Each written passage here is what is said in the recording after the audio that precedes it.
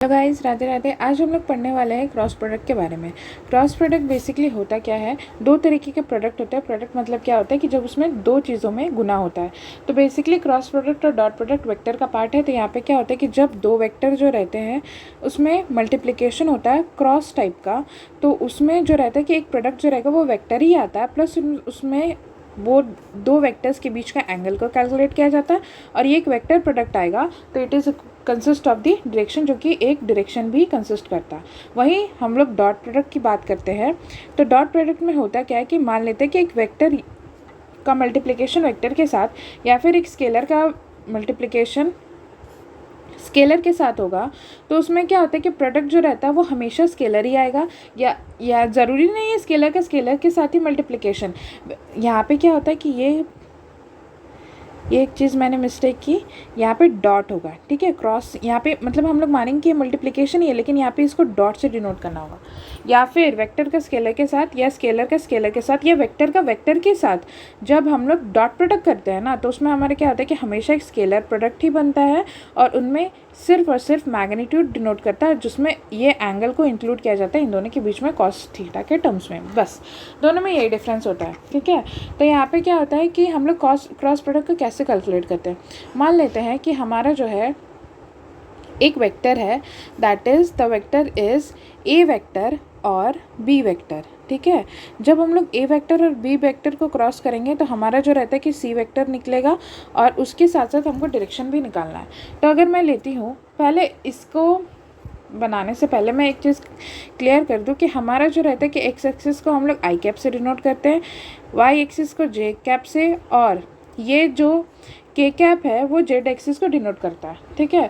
तो यहाँ पे क्या होता है कि जब हम लोग आई क्रॉस से जब हम लोग इस डायरेक्शन को मान लेते हैं, दो वेक्टर है जिनका आई एक्स की ही तरफ डायरेक्शन है, तो उसका क्रॉस प्रोडक्ट कभी नहीं आएगा क्योंकि इसके बीच का हमको एंगल भी देखना होता है। तो यहाँ पे इनका जो एंगल होता है ना वो क्या हो जाता है, ज़ीरो हो जाता है, ठीक है। एंगल क्या हो जाता है, दैट इज़ 0 डिग्री हो जाता है। तो इसकी जो वैल्यू आती है वो क्या आती है, 0 डिग्री ही आती है, 0 ही आती है, ठीक है।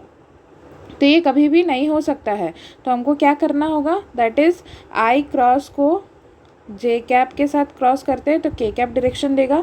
जे कैप का अगर क्रॉस होता है के कैप के साथ तो वो हमको आई कैप देगा डायरेक्शन में, अगर हमारा आंसर जो भी निकलेगा उसमें। और साथ ही साथ जो रहता है कि जो हमारे के कैप का जब हम लोग क्रॉस करेंगे आई कैप के साथ तो वो हमारा क्या देता है कि जेड की तरफ डायरेक्शन देता है, ठीक है। जब हम लोग एक्स वाई को करेंगे तो हमारा जेड आता है, मतलब थर्ड पार्टी ही आता है, ठीक है। तो अगर हम लोग एक क्वेश्चन बनाते हैं, मान लेते हैं कि हमारा एक क्वेश्चन है, that is A is equal to क्या होता है कि 5 आई कैप होता है और बी इज़ इक्वल टू क्या होता है कि 4 जे कैप होता है, ठीक है। तो सी इज़ इक्वल टू क्या हो जाता है कि मेरे को क्रॉस प्रोडक्ट करना है। तो ये दोनों में एंगल देखिए, तो वो तो एंगल तो 90 डिग्री है ना, क्योंकि ये इधर ए वेक्टर है और इधर बी वेक्टर, तो इनमें तो 90 डिग्री एंगल हुआ ना, ठीक है। तो ये क्या हो जाता है 20 होगा और इनका डायरेक्शन किस तरफ होगा बेटा, के कैप की तरफ, दैट इज़ जेड एक्सिस की तरफ। अगर हम लोग एक कॉमन क्वेश्चन बनाते हैं जो कि नीट में बहुत बार पूछा जा सकता है, बेसिकली टॉर्क तो पता ही है क्या होता है, that is R cross F होता है। मतलब क्या होता है कि ये जो डिस्टेंस होता है, टॉर्क जो रहता है वो मैं पढ़ाऊँगी। टॉर्क जो रहता है वो बेसिकली क्या होता है कि इसको कैलकुलेट किया जाता है एक सेंट्रल एक्सिस से in for a circular motion में इसको कैलकुलेट किया जाता है। और ये आर जो रहता है वो क्या होता है कि डिस्टेंस फ्रॉम दी हिंज या फिर जो सेंटर होता है, और ये फोर्स जो रखता है वो क्या होता है कि परपेंडिकुलर डायरेक्शन में ही लगता है, ठीक है। तो इनका जो साइन थीटा बेसिकली हम लोग मान करके चलते हैं कि उनका जो वैल्यू होता है वो क्या होता है कि 1 होती है, क्योंकि इसमें एंगल जो रहता है वो क्या होता है कि 90 डिग्री होता है। तो अगर हम लोग एक क्वेश्चन टर्म देते हैं, दैट इज़ अगर हम लोग मानते हैं कि अब हम लोग को किस तरीके से निकालना है क्रॉस प्रोडक्ट, तो अगर हम लोग सबसे पहले लिखेंगे force is equal to question given is 3 J cap minus 7 K cap, ठीक है। और यहाँ पे क्या होता है कि आर इज इक्वल टू कितना हो जाता है 2 आई कैप प्लस 2 जे कैप माइनस के कैप, ठीक है।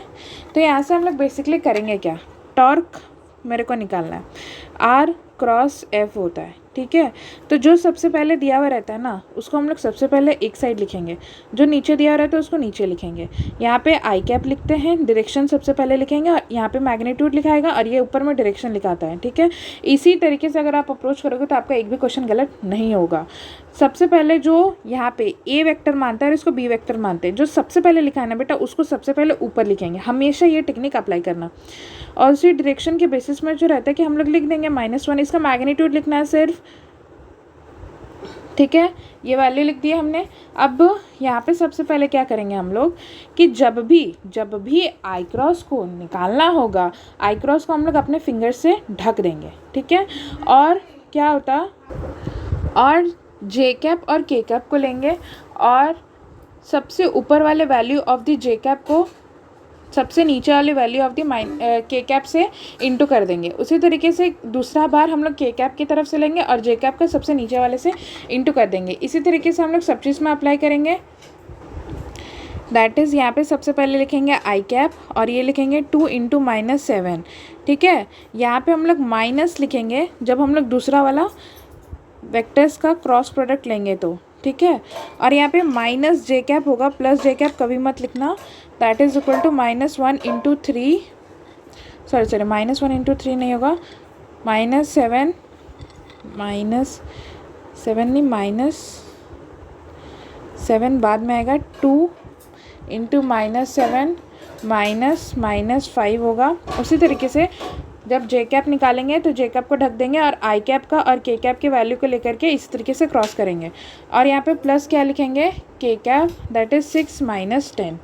ठीक है, जब हम लोग इसकी वैल्यू लिखते हैं तो इसको जब हम लोग सिंप्लीफाई करेंगे ना तो हमारी जो वैल्यू आएगी that is -11 I cap minus J cap -4 के कैप। ठीक है, इसकी वैल्यू इज इक्वल टू क्या हो जाती है, -11 आई कैप प्लस 9 जे कैप -4 के कैप। तो इसी तरीके से हम लोग क्या होता है कि क्रॉस प्रोडक्ट को अप्रोच करते हैं। हमारा नेक्स्ट वीडियो जो रहेगा वो डॉट प्रोडक्ट पे होगा। Thank you.